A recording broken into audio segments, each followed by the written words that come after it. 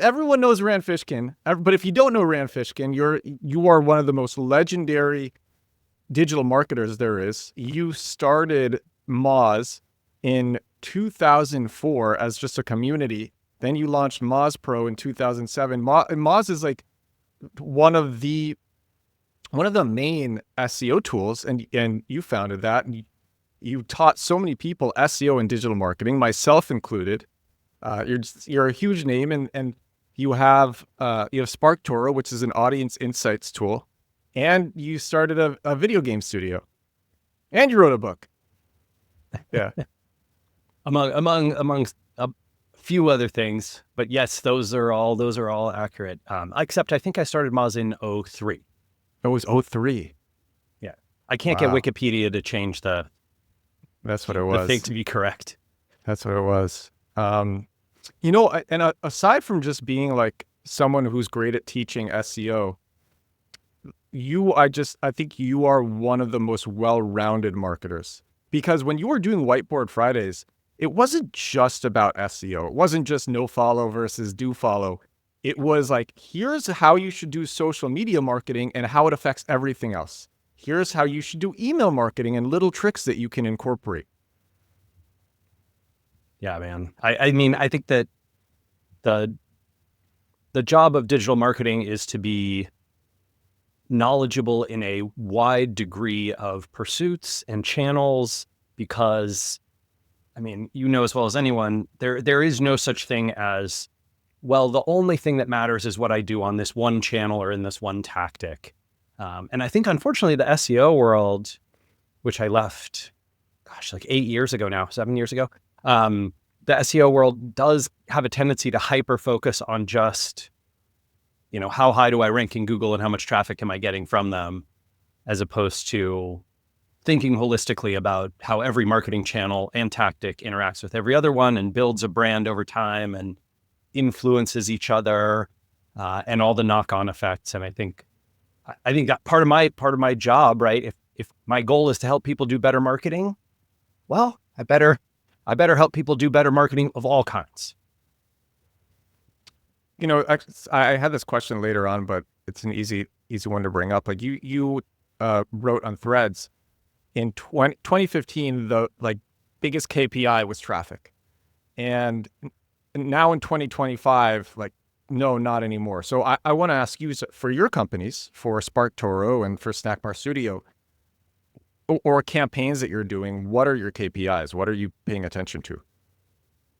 Yeah, for most of social media marketing and the small amount of effort that we put into search visibility, it's impressions, basically reaching more people.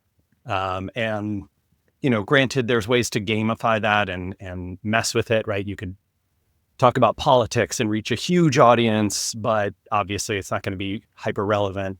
But because our conversations are relevant to what we're doing, impressions is a great metric. It tells us how many people we're reaching, and it shows us the relative success of different campaigns, different pieces of content, different posts, different tactics, all that kind of stuff.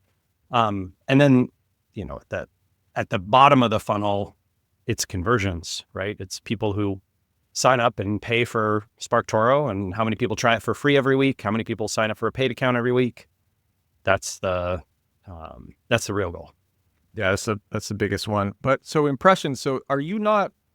I know you're out of the SEO world, but I'm sure you think about this. Are you not? If you were an SEO, would you be concerned about AI overviews? Yeah, especially AI overviews. I mean, you probably saw the 7% dip in Alphabet stock from the announcement made by Apple's Eddie Q, and he said this has never happened in 22 years. It was Apple Safari browser declined for the or searches on Apple Safari browser declined for the first time last month. Never happened in 22 years, and that caused. And he blames AI for that. And then he's like, we're exploring other options other than Google. We're exploring. We don't know if Google is the best. And so Alphabet shares sank 7%. It's very, very relevant that this just happens. It's crazy that you're coming on now. So I'm sure you think about this stuff. So if impressions are going up and clicks are maybe decreasing, but you're not concerned about, you wouldn't, if you were in the SEO world, you wouldn't be concerned about that. Well, depends what part of the SEO world, right? If you're working as an agency or a consultant, there's tons of clients who can't be convinced that they should care about influence, not clicks. And that's really tough. If I were in-house, sort of running a company and was in, deep in SEO space, I think I wouldn't be worried, because my strong belief is it doesn't particularly matter whether visibility in AI tools becomes more important, or Bing versus Google, or Safari, maybe Safari switches to DuckDuckGo. I don't know, like whatever. It doesn't matter, right? If you're in-house, you can just adjust to the times and make the right KPIs for your particular business. That's not a big deal. I guess I'm more so asking about zero-click searches. So Yeah. somebody searches, they see their answer, they don't click into the result. Sure, the answer is attributed, but are they even paying attention to that attribution?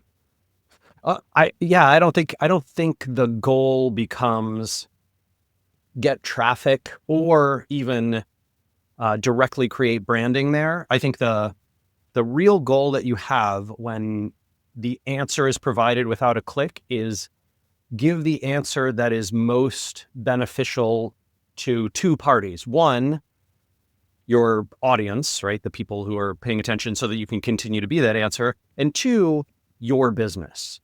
So for example, there's an AI overview that fires when you search for what is audience research.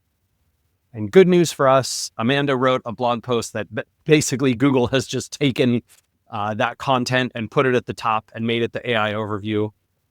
It doesn't really mention SparkToro. That's fine. Doesn't matter to us.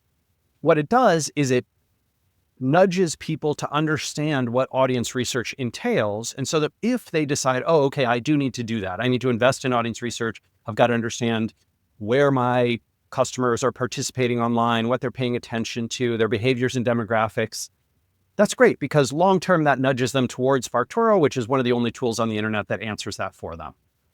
So, right, like it's not about getting the traffic. It's not even about creating the brand impression right there. It's just about being the answer that nudges people in the direction you're trying to nudge them. So you're saying if Amanda, your VP of marketing, didn't write that, people who are searching that wouldn't be nudged towards SparkToro? You know what? To be honest, I can't say that for sure, because we do a lot of content creation on the web, and the AI overviews doesn't just pull from one source usually, right? It looks across the web. But what I can say is that for years, we've been talking about audience research. And one of the words most commonly associated with audience research that you will find across the internet is SparkToro. And so I believe that's why Google or ChatGPT or Perplexity or any of the other tools sees a question about audience research and looks for resources or data that is inclusive of or comes from SparkToro, because we've created that brand connection through language across the internet for the last 6-7 years. That's really interesting. So right when ChatGPT came out, like this was so it's crazy. We launched a product on Product Hunt the same day that ChatGPT first launched. I think it was December 2nd, 2022.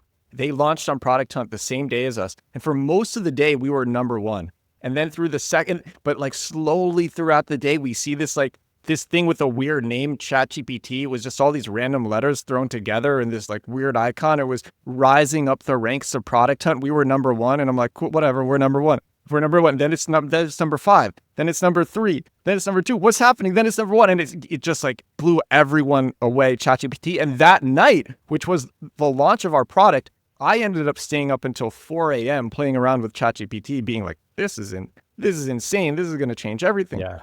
And then something that I couldn't stop thinking about is like, doing SEO, like how does this change publishers? What's the incentive for people to write top of funnel content? And especially now with everything that we're seeing. And I don't know if that's something that you've thought about. I'm sure it is. I'm very curious what you've thought about. I mean, I think the incentive, in my opinion, the incentive has dropped massively if we're talking about being a publisher who makes money either on subscription revenue or on advertising revenue. But the incentive is still just as strong if your goal with publishing is to influence an audience to have a preference for your product or service, right? So if you're a consulting agency in any field, or you make a product of any kind, consumer or B2B, you have a strong incentive to create content both on your own site, but also across the web, on social media platforms, on the websites that your audience is likely to pay attention to, which is also therefore the websites that any AI tool is likely to use as the reference resource in your field. That incentive is essentially create the content that you would want an LLM or a search engine to pick up and show to people so that they will develop a preference for your product or a nudge in the direction of the change that you're trying to make. You know what? I had this thought as you were saying that maybe like a lot of publishers or even just, I don't know, like B2B SaaS companies will be like, oh, there's no incentive anymore. We're going to stop doing top of funnel and only do bottom of funnel. And then you come in and you fill the gap and you do top of funnel and you just write all your content. This is what audience research is. And the best tool for that, it's SparkToro. And then everyone who looks it up, they're like, oh, it's SparkToro. And this is why it's important. Edward, you've got it, man. That's exactly. Look, in 2012 or something, right? I said exactly the same thing, probably on stage plenty of times or on calls where I'd be like, yeah, SEO is BS. Ignore it. Don't do it. That way I can do it and rank number one, right? That's and hilarious. it's the same thing now. It's like, don't invest in content, don't invest in social media marketing, don't invest in publishing, don't invest in, visibility in Google and AI tools. That's fine, right? Like those of us who do are going to receive outsized benefit from it. This method of marketing is so effective, I had to make sure it wasn't against Google's rules before I kept doing it. It's a form of SEO I call compact keywords. Whereas most SEO focuses on putting up articles to answer questions how, what, when, compact keywords focuses on putting up dozens of pages that sell to searchers who are actually looking to buy. These pages rank on Google and convert so much better than normal that when I discovered this years ago, I couldn't believe this was allowed. It's less work too. The average compact keywords page is only 415 words. Compact Keywords is a 13-hour deep course on getting sales with SEO. A customer recently said, each lesson is dense with information. You're giving years worth of experience boiled down into 15 to 30-minute lessons with no filler or fluff. I feel like I'm gaining a new superpower. Compact Keywords is about setting up an SEO funnel that brings you sales for years and years and years. It works with AI,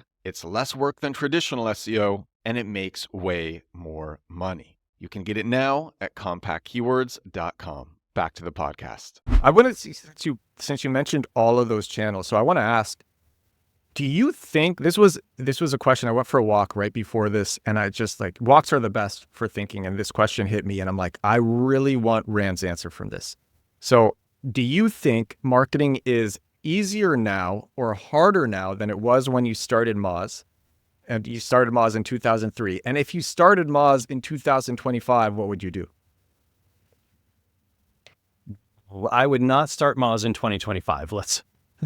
That space is just so incredibly crowded, and I don't like crowded spaces. But I think marketing now is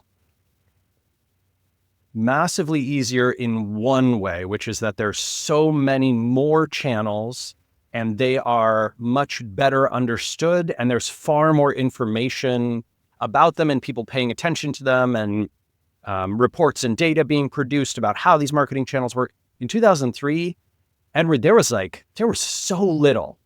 like, you say, hey, Moz built this like great reputation in whatever, from '03 to 2012, 13, like those 10 years, the bar was so low for us to create just any content. Well, that's why I told wonder if it people was about easier. marketing.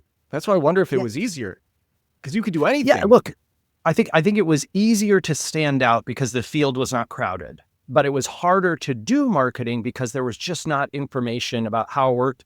And very frankly, the number of channels and tactics that you could use to reach tens or hundreds of thousands of people or millions, like barely existed, didn't really exist. Internet adoption was so low back then. Really, if you wanted to reach 1 million people, which I don't want to say easily can today, but over the course of a year, if you invest consistently in YouTube or Threads or Reddit or LinkedIn or TikTok or Facebook, like you can reach 1 million people in Easily. your audience if you sort of do a good job. Easily. That was not possible in 2003. There weren't 1 million people in the field like looking on the internet in '03. So yeah, I mean, big difference, way more reachable audience today than ever before, and reachable with our kind of skill sets. So yeah. Okay, so Snackbar Studio, you're a co-founder in it. It's an indie game studio. How have you done marketing for it? Like I want to learn. I want to know how Fishkin operates with different marketing campaigns. You start companies. Yeah, sure. How are you marketing them? Because again, I want to repeat this. Like I really think you are one of the greatest marketing minds. And I'm not just trying to I have learned so much from you, and there's a reason for that. And I'm pretty good at picking out different marketing people. So I'm really curious how you do marketing campaigns and what you do for new sites, how you build them up, what you do for new companies, all that stuff. Yeah.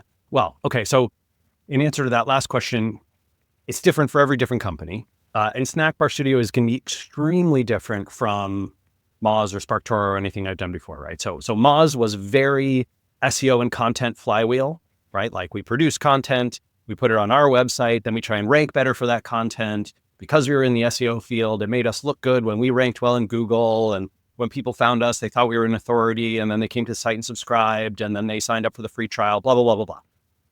With SparkToro, I recognized that the zero-click problem was such a huge issue, and I was trying to build something outside of the SEO space. And so we went heavily into really 3 things. One is press and PR, like trying to get the sources of influence that our audience already read and subscribed to cover us, to write about us, to talk about us favorably, getting speakers on stages at conferences to talk about us and show screenshots of what we were doing. The second one was social media marketing. So at the time, it was very heavily Twitter and LinkedIn, a little bit of YouTube and Reddit, a few other channels. Now that Twitter is mostly dead and mostly chatbots, it is a little more Threads, Blue Sky, LinkedIn mixed in there. And the third one is for sure like a content email play. So we have a very popular newsletter. I think about 50,000 subscribers to that newsletter. Every time Amanda sends that out over the next few days, you can see a spike in people forwarding that and coming to our website and signing up for the free and paid versions of the product. So those email newsletter subscriptions are just huge. I still think email is a great channel.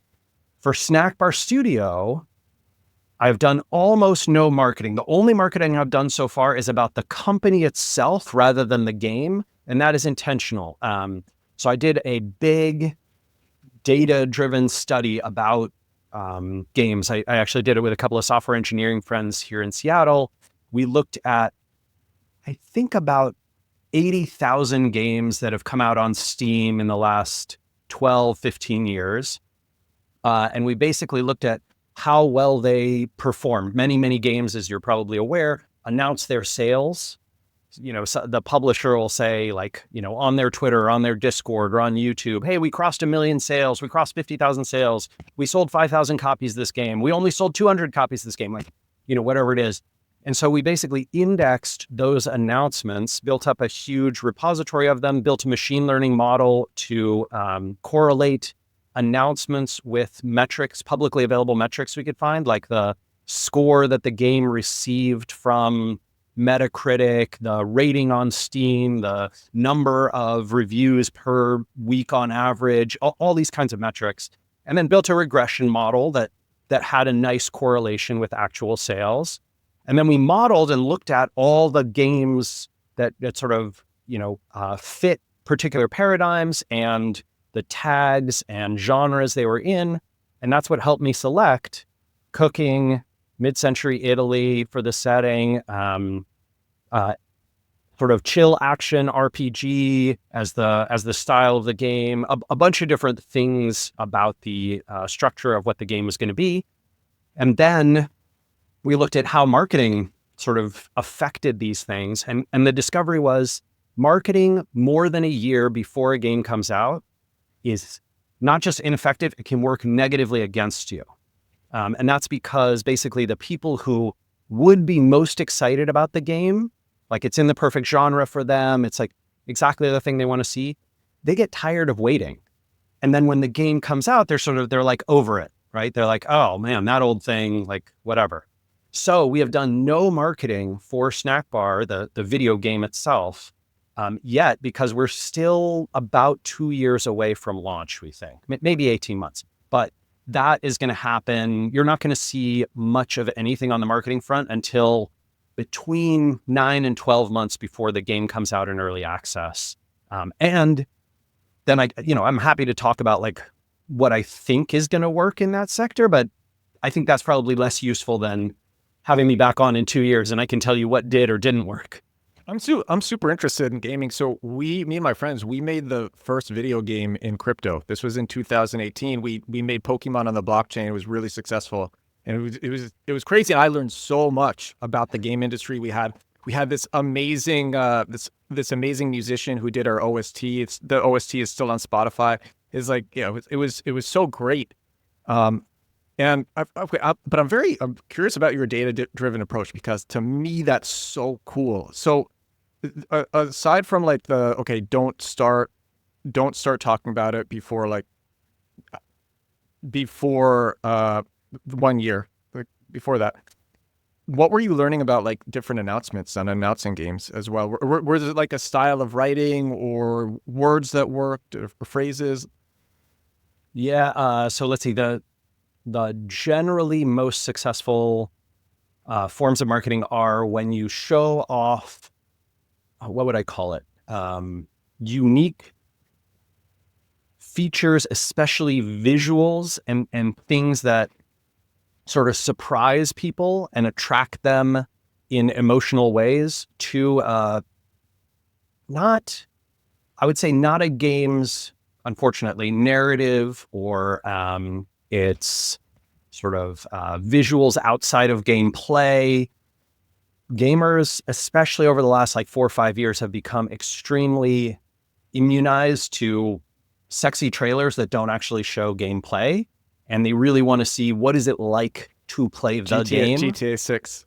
Yeah. I mean, look, if you're one of these big studios and you have a giant title that already has millions of fans and 100 million people who are familiar with the game universe, the rules are different. No, but I'm saying to Mary, that was a big complaint of the recent trailer, was that they don't show gameplay. Yeah. And I think that's a really fair complaint, but also that complaint exists because millions of people watch that trailer. If you're an indie studio with no history, you can't get millions of people to complain about your trailer. Like, nobody's even going to watch it. So the things that we've seen that are really successful are extremely short form visual content that shows gameplay, that is surprising, emotionally triggering. That emotion could be, for horror games, it's often like fear, surprise. For some narrative games, it's the text content and how interesting that can be. A recent game that did a really nice job with this is called Esoteric Ebb. They did a great job of showing off their weird, unique writing and how it fit with a particular genre that's sort of popular in that space right now. You can see this with a little bit with the visual novel style games. And for games like ours, it's a lot of what games like Hades or Cult of the Lamb or, those Nolita or even Vampire Survivor, whatever, like those type of games show off this sort of sexy, crazy, unique visual action in the gameplay itself.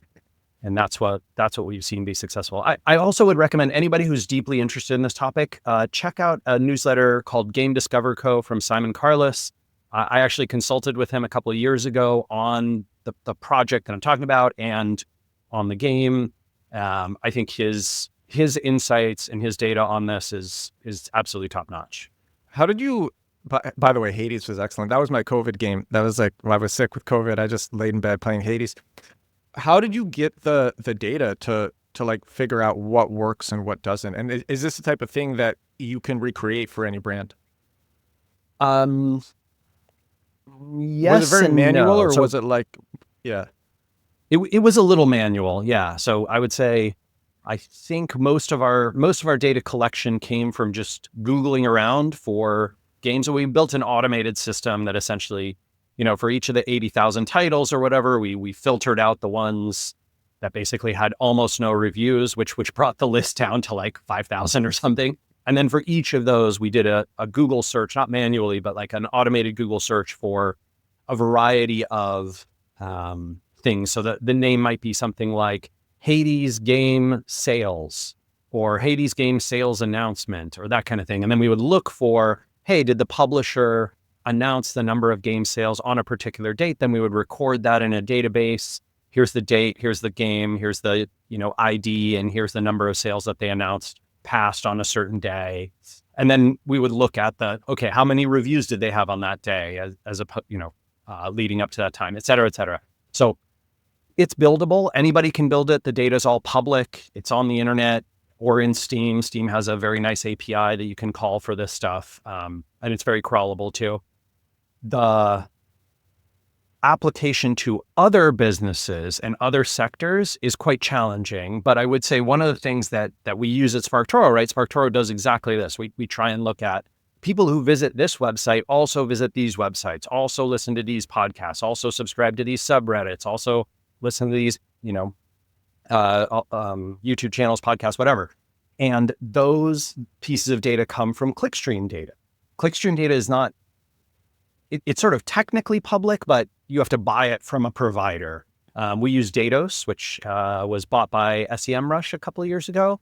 And Datos essentially gives us a, clickstream for 10 million plus devices. So this is like, phones and desktops and laptops. And then every URL that is visited in a browser, they capture, they aggregate those, they anonymize it, they remove any PII, and then they essentially sell the aggregation. So they're not telling us, oh, Edward visited these websites. They're telling us, hey, here's, 10,000 people visited, or 10,000 people in the panel visited this site.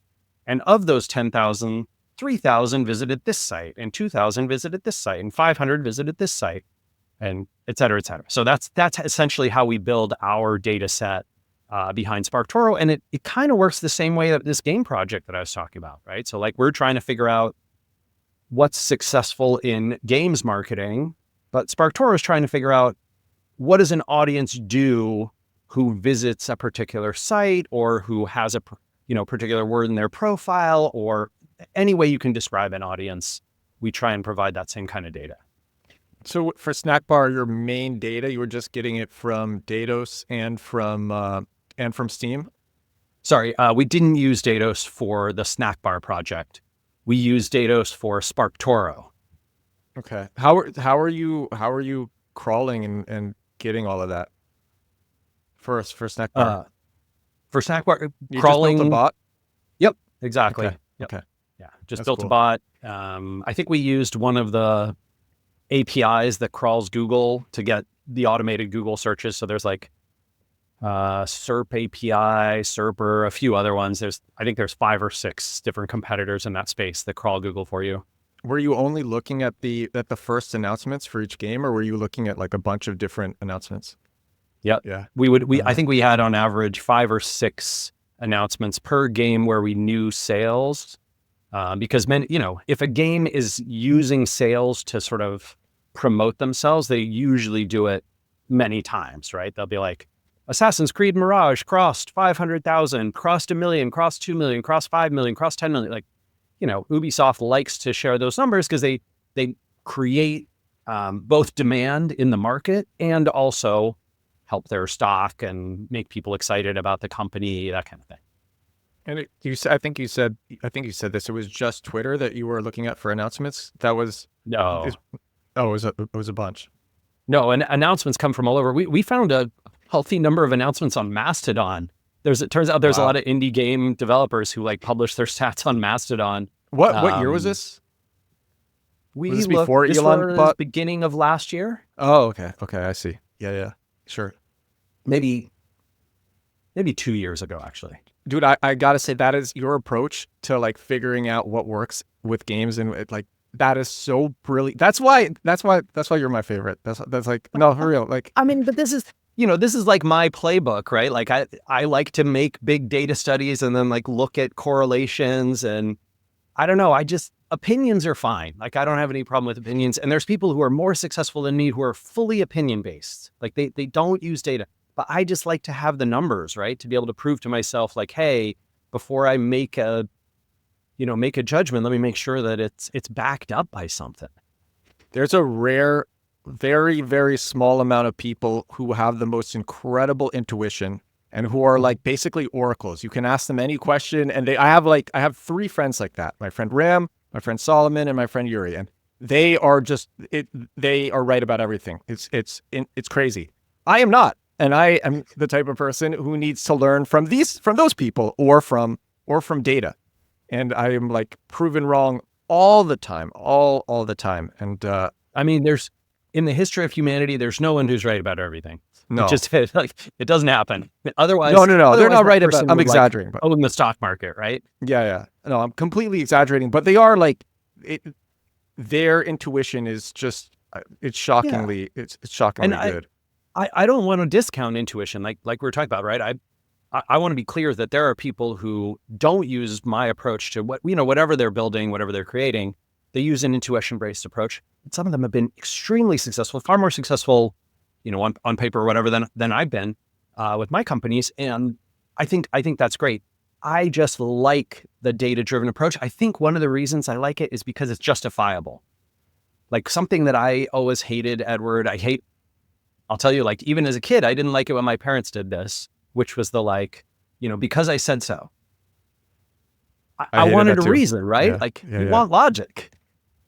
And entrepreneurs don't want to be told no. I mean, I'm happy to be told no. I think, for example, why should I not go 80 miles an hour on the highway? Because the risk of death every mile per hour over 60 goes up so dramatically. Like, it's just ridiculous. I want to be told no. Like, speed limits are a great thing. Tell me about that. Vaccines, awesome. Like, oh my God, tell me to get a damn vaccine and tell me which one and tell me when, because can save my life and prevent me from getting shingles, which is like the worst, most painful thing. A friend of ours just got it. Anyway, so Sorry. Like I love the rules. But I also want justification. Like show me the numbers, right? I want to see that 10,000 people took this clinical trial. They took the shingles vaccine. When they got it, their reported pain was so much lower and that how long it lasted was lower, blah, blah, blah, blah, blah. I don't want to see the like, hey, rub this, compound from a beetle on your chest. Whoa. I'm not into that.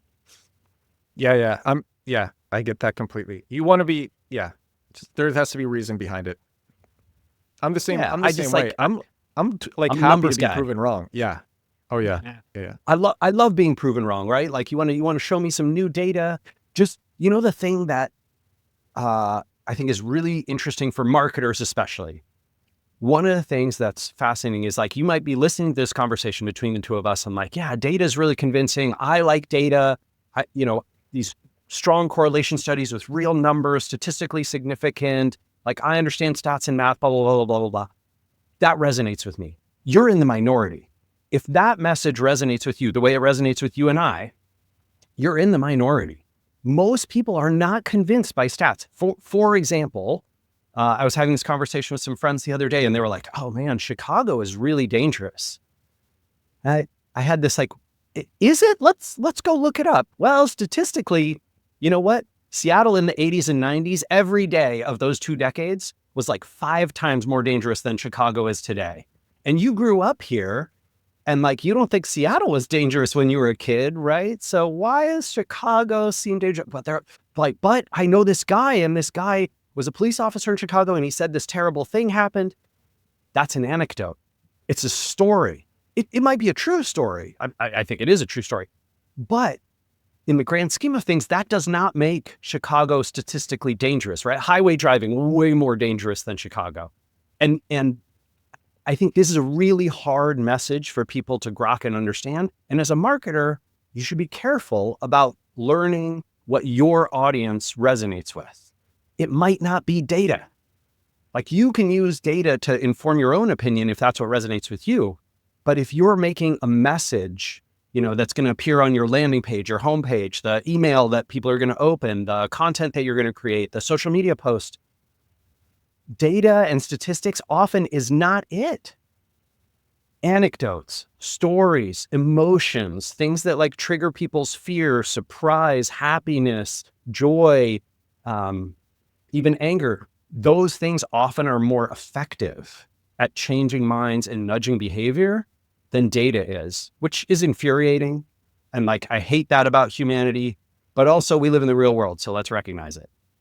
Well, I make this show for people who like data. So you're in the right place. You're in the right place. Awesome. Well, but I think it's a good lesson for all of them, right? To be like, not everyone is like you.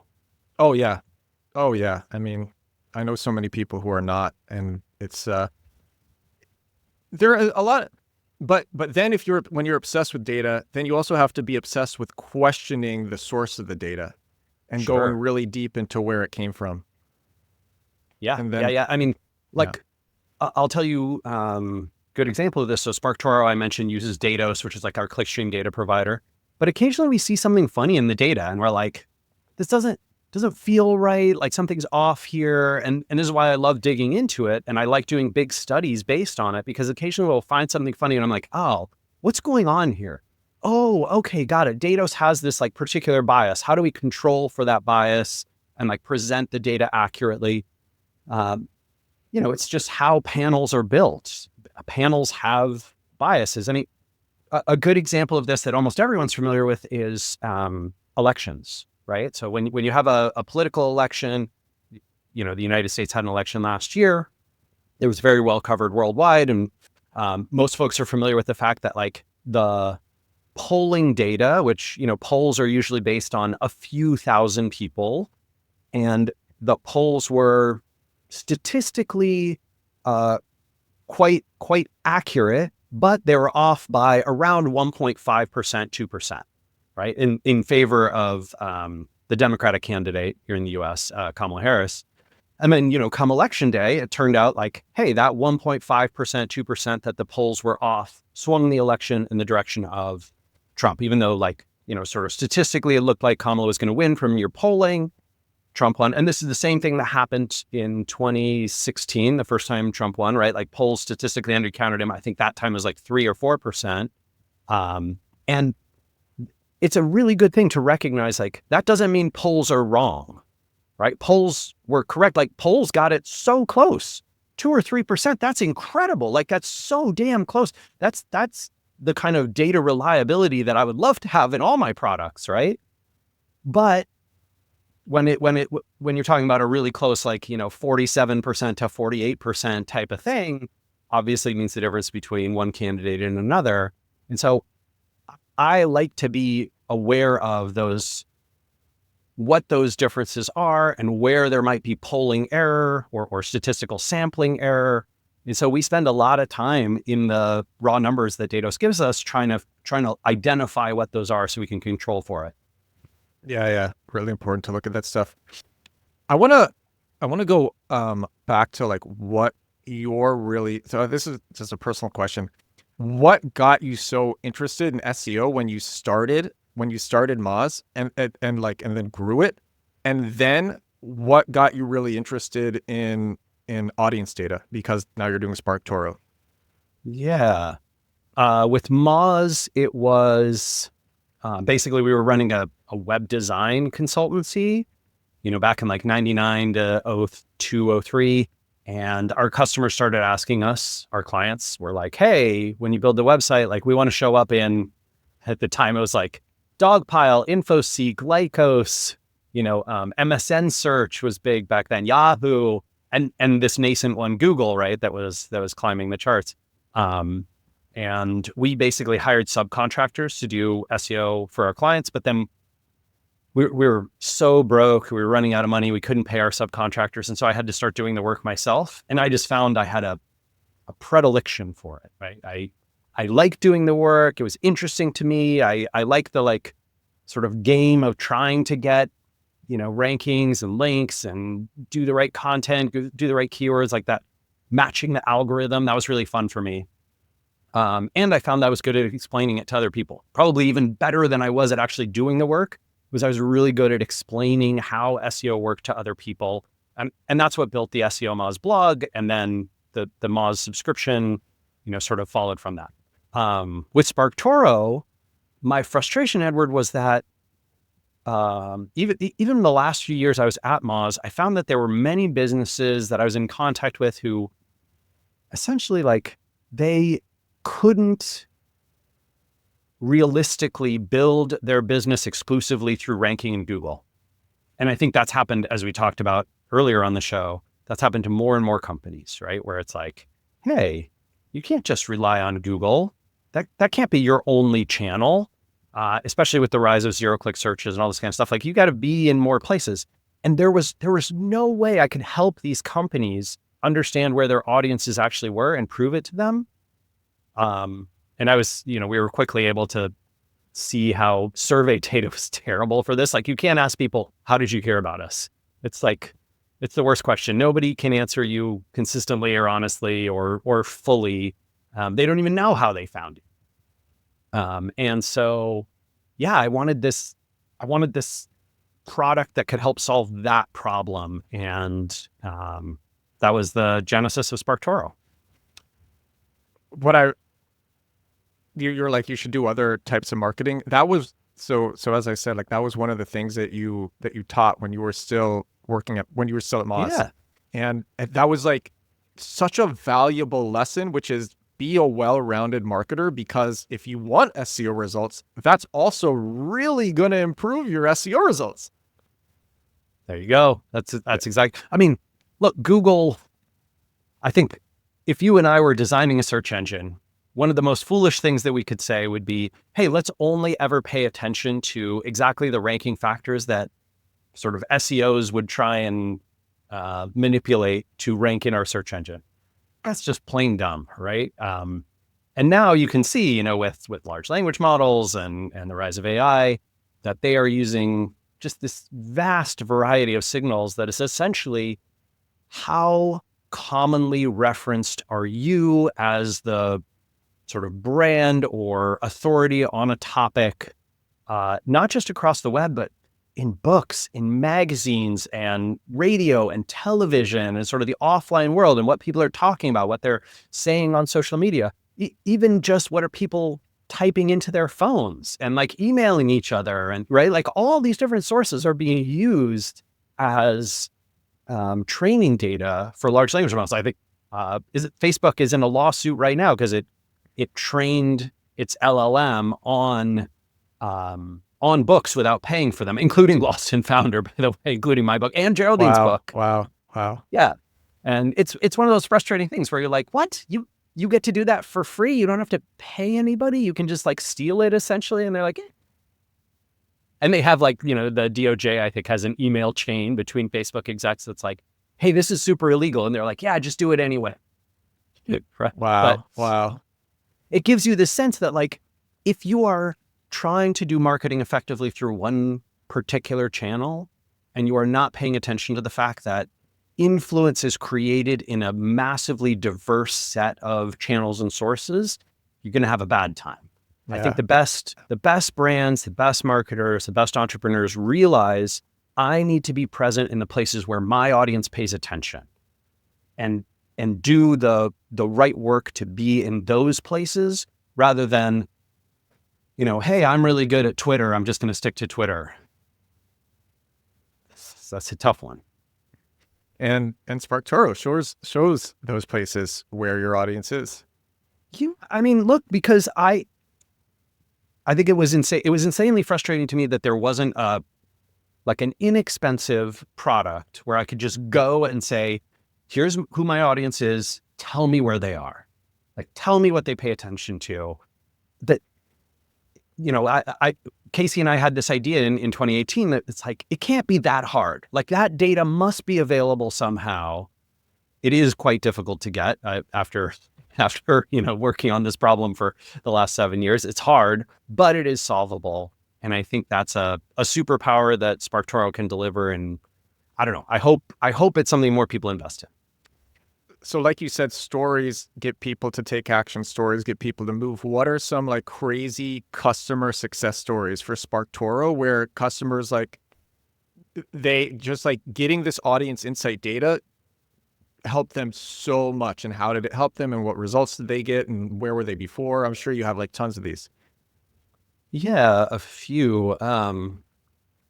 Okay, one of the most fun ones, this is from a few years ago, but a TV show contacted us, like basically the marketing product team for this particular television show. I'm not allowed to share which one it is, so they didn't give me permission for that, but it was a TV show that essentially was getting canceled on one of the major streaming services, and they were trying to get picked up by other streaming services. And so they essentially used SparkToro data to get demographic and behavioral information about people who watched that show and subscribed to kind of the social channels that like that show was producing. And then they used that data in their presentation pitch to pitch and win a contract with another streaming service, because they were able to show that new streaming service that they were reaching an audience that streaming service really wanted to reach, that they didn't have subscribers in yet. The show was was kind of sci-fi, little like historical sci-fi, but that essentially they didn't have that audience, this streaming service that picked them up. And so it was a big win for that show to be able to get uncanceled and use SparkToro data to make the pitch. And I love that story. Like it's so fun. I'll, probably keep that one in mind for the rest of my life. I love that we helped a show get uncanceled. And you used it. I mean, you use it to launch SparkToro. You were like, oh sure, yeah, of course. Yeah. I mean, I think a lot of people use us specifically for launches, either not just their company, but oftentimes like a product launch or even a piece of content, right? So a lot of agencies will use us to make a pitch for, hey, here's where we're going to promote our content. Here's the topics that we're going to focus on, right? Because SparkToro gives topics of interest, search terms, that kind of stuff. And then here's how we're going to position it to reach these audiences, because we know that this audience pays attention to these kinds of YouTube channels, these kinds of podcasts, these kinds of subreddits, these kinds of social accounts. And so we're going to use the same language and emotions and like style that's been successful for other content launches with these creators when we launch our own thing.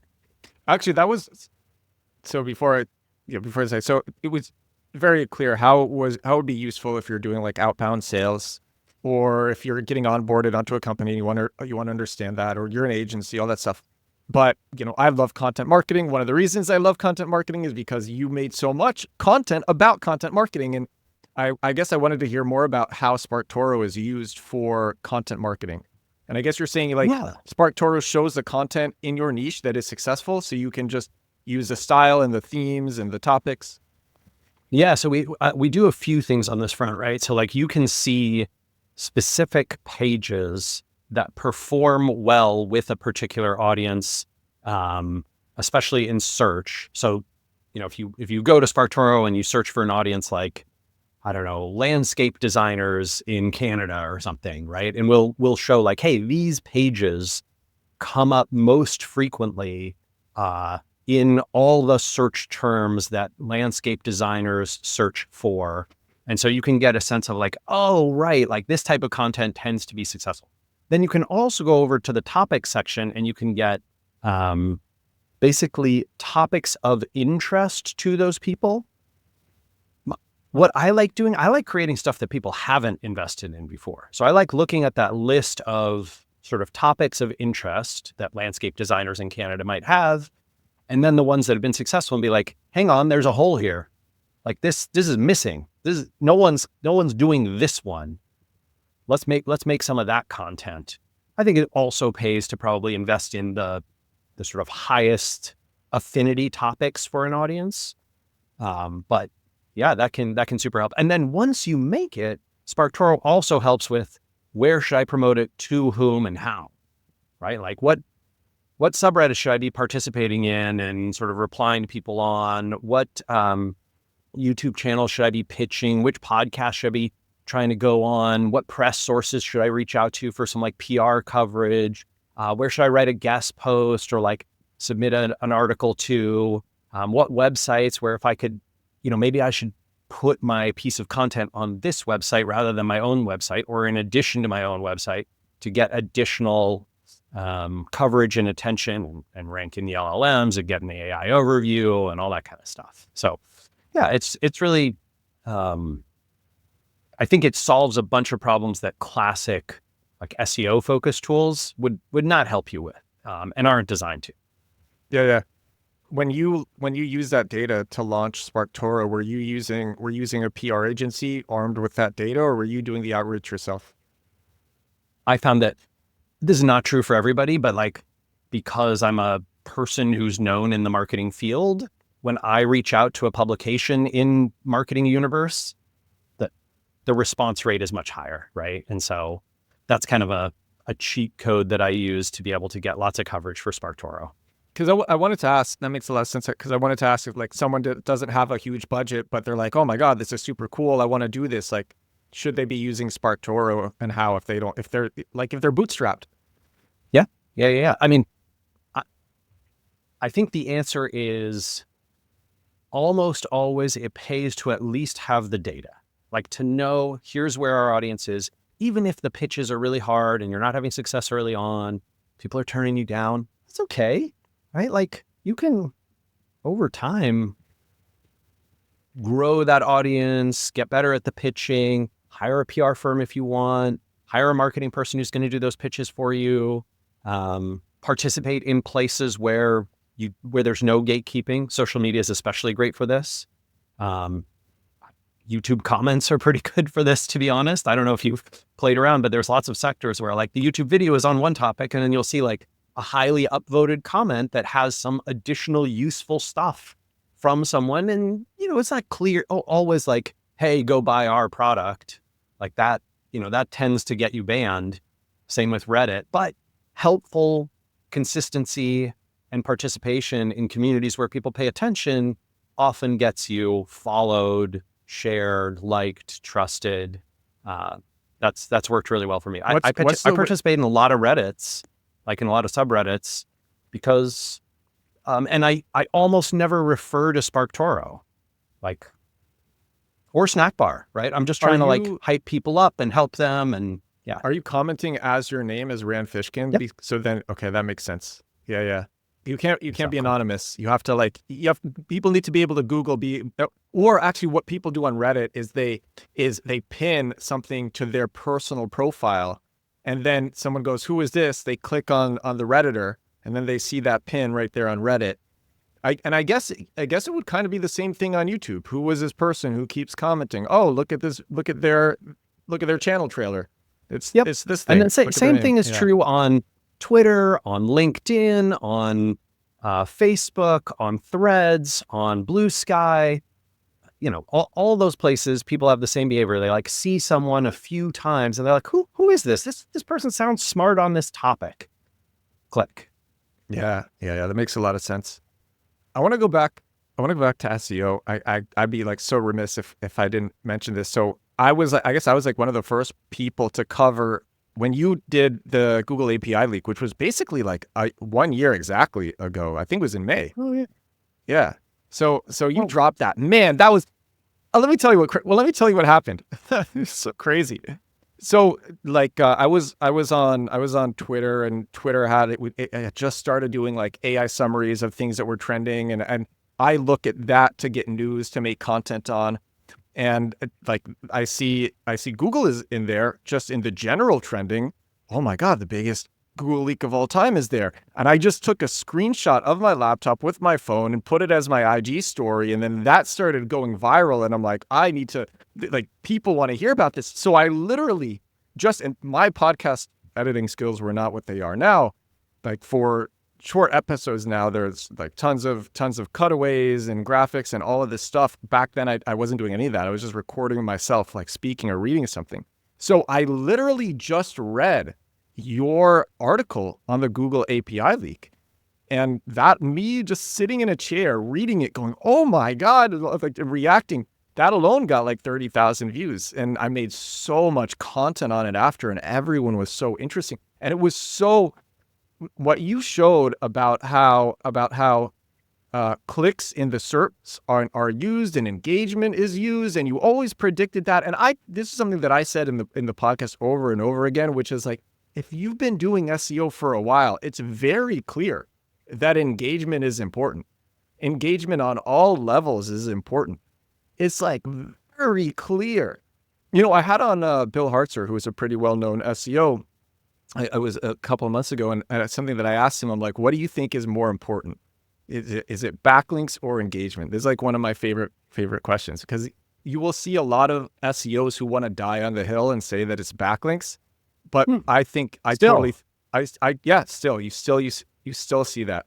And it's so clear to me that it's like, you could get all these backlinks, get to position I don't one, want to, but if you have my better understanding engagement. is during the Department of Justice trial, right? Was it, they had like Googlers on, submitting sort of testimony, right? Where they swear to tell the truth and the whole truth, and they can be thrown in jail and fined, right, if they lie. And the Google person, right, the Google spokesperson, I can't remember who it was, one of the engineers that they subpoenaed, said that engagement, essentially the look at clicks and bounces back to the SERP and all that kind of stuff. Basically, that was the number one signal, right? And that I want to say links were in the top 5, but not the top 3. So yeah, I can't remember exactly what the testimony, but engagement was the number one signal according to sworn in subpoenaed testimony. Could that person be lying? I guess so, but it seems unlikely, right? I mean, just given both of our experience, like it's just so clear that it's engagement. It's like you make a better page and the number one position could have all these links, but if your page is outperforming, if your retention is higher, if people are clicking through to other pages and they're not pogo sticking, they're not going back to the SERPs, they're not going back to the search engine results page, like that's the best thing. I cannot imagine a world in which you design an algorithm that says, hey, if this thing has more links, I don't care whether people like it or not, show it at the top. You'd be insane to design an algorithm like that. Insane. One of the things that I love about SEO is that, like, when you understand Google's algorithm, you understand all the other algorithms. Like, you understand the TikTok algorithm, you understand the Instagram algorithm, you understand YouTube, you understand all of it.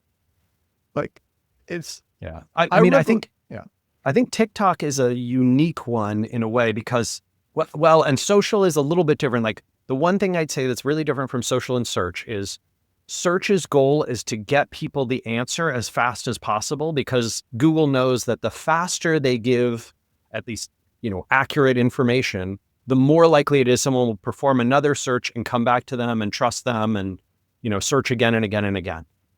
Whereas TikTok's goal is just raw engagement. Like, how long can we keep people on the app scrolling through more things, coming back more frequently, create addiction? And addiction is different from answering a query. And so the optimization for addiction, which is what Facebook and YouTube and Reddit and TikTok and all these other ones do, is it's a different incentive structure. And so I think that's the core difference between those two. And I do think there's real differences in how they design what shows at the top of a social feed versus what ranks at the top of a search engine because of those incentives.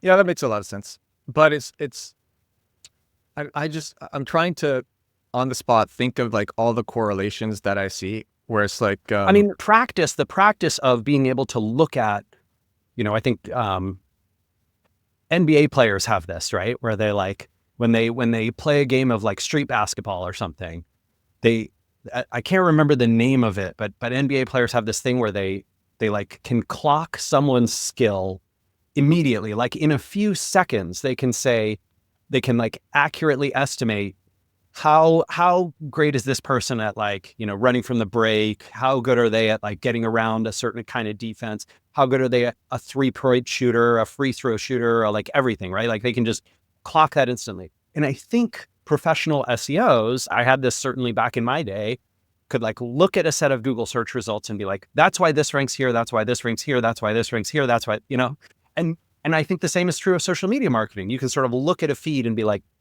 I got it.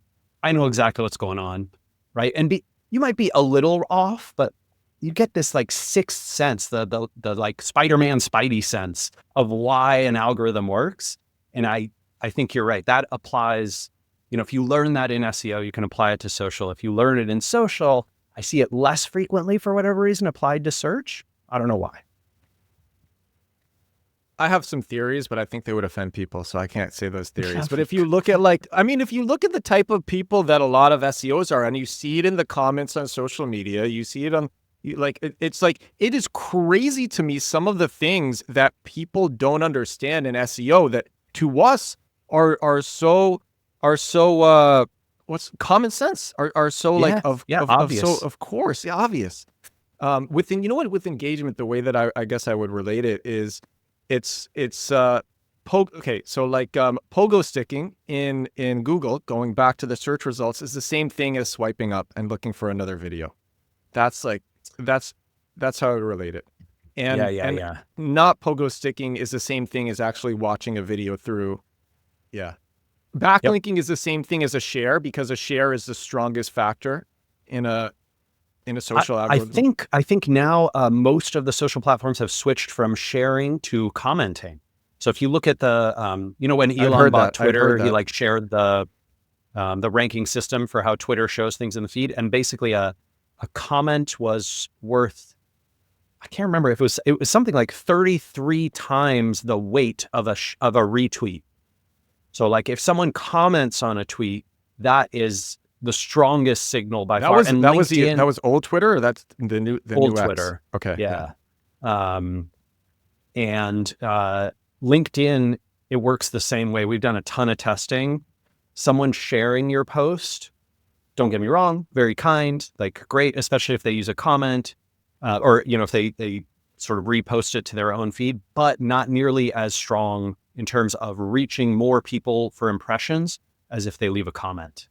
I wonder why that is. Like, if I'm thinking about, because what I do all the time is with any platform, I think about things from the perspective of the person designing the algorithm. I love algorithms. I make them myself. Like, they're very interesting to me.